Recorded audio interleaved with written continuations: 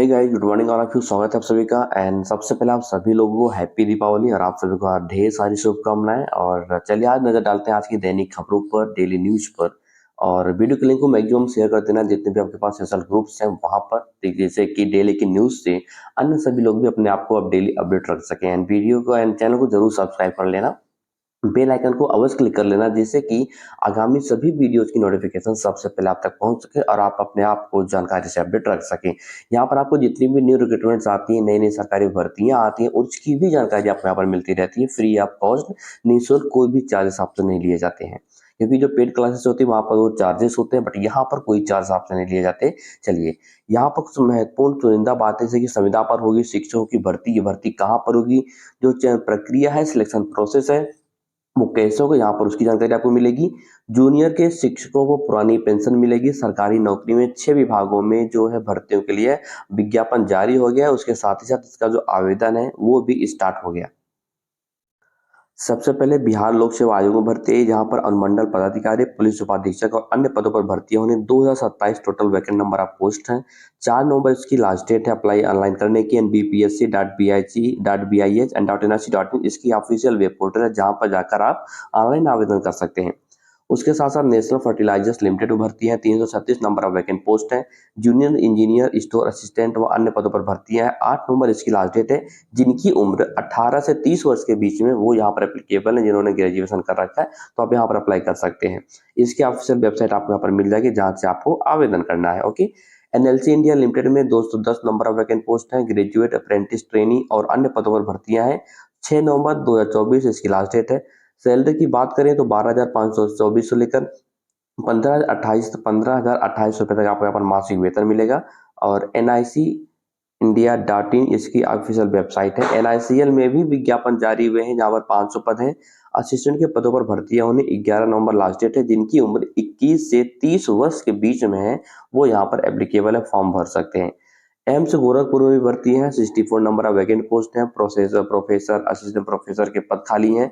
9 नवंबर इसकी last date है। यहाँ पर सैलरी की बात करें तो 1,42,506 रुपए से लेकर 2,20,000 रुपए तक यहाँ पर मंथ आपको जो है यहाँ पर सैलरी मिलेगी। BHEL में भी आवेदन है। 59 नंबर ऑफ वैकेंट पोस्ट है। अप्रेंटिस के इच्छुक जो उम्मीदवार हैं, जॉब के लिए नहीं बल्कि अप्रेंटिस के लिए आवेदन आपको करना है। और 4 नवंबर इसकी लास्ट डेट है। सैलरी की बात करें तो 7,700 से लेकर 8,050 रुपए तक आपके यहाँ पर मासिक आपको मानदेय सॉरी आपकी सैलरी होगी, ठीक है।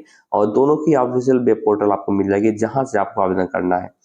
अब इसके बाद नजर डालते हैं, समाज कल्याण विभाग के विद्यालयों में संविदा पर रखे जाएंगे सेवानिवृत्त शिक्षक, यानी कि जो रिटायर्ड टीचर्स होते हैं ना, उनको यहाँ पर अब समाज कल्याण के विभागों में जो है स्कूलों में उनको रखा जाएगा संविदा पर। वहां पर इनको संविदा पर कंट्रेक्चुअल बेस पर रखा जाएगा, क्योंकि संविदा पर शिक्षकों की तैनाती की योजना है, शासनादेश का इंतजार है। इसकी चर्चा ऑनलाइन मीटिंग में हो चुकी है। नए सत्र से सेवानिवृत्त शिक्षकों को स्कूलों में तैनात किया जाएगा, ऐसा कहना है दिलीप कुमार, जो कि समाज कल्याण अधिकारी हैं, ठीक है। क्योंकि शिक्षकों की कमी से जूझ रहे समाज कल्याण विभाग के जयप्रकाश नारायण। अच्छा, एक मेरी ओपिनियन यहाँ पर ये है, जैसे कि जो भी विद्यालय खाली हैं जहाँ पर लगता है कि वे शिक्षक नहीं है, तो ऐसे एक तो विद्यालय होगा नहीं, ऐसे बहुत सारे। यहाँ पर सिर्फ एक विद्यालय का नाम दिया गया है, जयप्रकाश नारायण सर्वोदय विद्यालय, ठीक है, जो कि मंझनपुर में है। तो यहाँ पर अच्छा ऐसे कई सारे समाज कल्याण से संबंधित विद्यालय होंगे, ठीक है, जहाँ पर शिक्षकों की संख्या बेहद कम होगी। तो मैं तो ये कहता हूँ ऐसे में सभी जितने भी रिक्त पद हैं सभी पदों को जोड़कर एक भर्ती निकाल दो। तो ऐसे में जो क्या है कि जो बेरोजगार शिक्षित युवा बेरोजगार बैठे हुए ना, उनको कुछ राहत मिल जाएगा, उनको एक रोजगार मिल जाएगा। तो ऐसा क्यों नहीं करते गवर्नमेंट या डिपार्टमेंट? तो ऐसा करना चाहिए भाई, जितने भी सभी विद्यालयों को मिलाकर जितने कुल पदों की संख्या खाली है, उसको पदों को जोड़कर एक भर्ती निकाल दो। कुछ लोग उसमें नौकरी पा जाएंगे, क्या कोई बुरा हो जाएगा? नहीं होगा, लेकिन ऐसा नहीं होता है। फिलहाल ये अभी आदेश आ गया है कि भाई संविदा पर रखे जाएंगे। और वहीं पर जूनियर के शिक्षकों को भी पुरानी पेंशन मिलेगी। 1 अप्रैल 2005 के पहले जितने लोग चयनित हुए हैं, यानी कि यदि कोई ऐसी भर्ती है जिसका विज्ञापन 1 अप्रैल 2005 के पहले जितना भी विज्ञापन आया है या उसके पहले जितने लोग चयनित हुए हैं, उन लोगों को पुरानी पेंशन मिलेगी। अब यहाँ पर 26 जून के शासनादेश में इन्हीं ने नहीं किया गया था शामिल, यानी कि 26 जून का शासनादेश आया था उसमें इनको 1 अप्रैल 2005 वाले मैटर वालों को इसमें नहीं शामिल किया गया था, लेकिन अब ऐसा कर लिया गया है। निदेशालय को गलती का हुआ एहसास, अब जारी हुआ एक नया पत्र, यहाँ पर करेक्शन करके संशोधन करके नया पत्र जारी किया गया है। वही प्रदेश के 3592 स्कूलों के शिक्षकों और कार्मिकों को इसका बिल्कुल लाभ मिलेगा। उत्तर प्रदेश के 3039 सहायता प्राप्त जूनियर हाई स्कूल और सहायता प्राप्त माध्यमिक विद्यालयों से जितने भी संबद्ध है 553 प्राइमरी में 1 अप्रैल 2005 से पूर्व विज्ञापित पदों पर बाद में नियुक्ति व शिक्षणेतर कर्मचारियों को पुरानी पेंशन का लाभ मिलेगा, यानी कि इनको पुरानी पेंशन यहाँ पर बहाल कर दी गई उनके लिए जिनका ज्वाइनिंग 1 अप्रैल 2005 के पूर्व हुआ है या फिर विज्ञापन 1 अप्रैल 2005 के पहले आया हो और उनकी ज्वाइनिंग भले ही 1 अप्रैल 2005 के बाद ही हुई हो, यदि विज्ञापन 1 अप्रैल 2005 के पहले आया था तो उनको यहाँ पर पुरानी पेंशन का लाभ मिलेगा।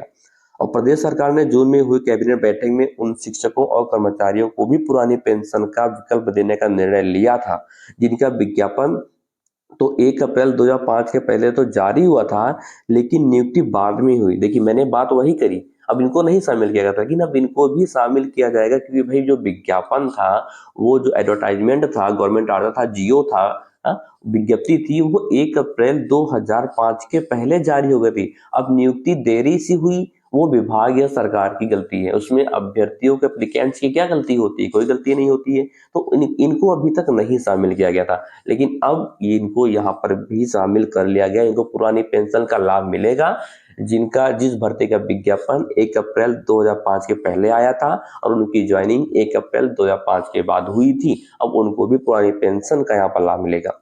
अब विकल्प लेने के लिए 28 जून 2024 को शासनादेश जारी हुआ। हालांकि उसमें सहायता प्राप्त जूनियर हाई स्कूल और संबद्ध प्राइमरी के शिक्षकों, कर्मचारियों, कार्मिकों से विकल्प नहीं मांगा गया था और यह गलती संज्ञान में आने पर जो अपर निदेशक हैं बेसिक के कामताराम पाल जी ने 28 अक्टूबर को सभी बेसिक शिक्षा अधिकारियों और मंडलीय सहायक शिक्षा निदेशक जितने बेसिक के हैं उनको पत्र लिखकर इन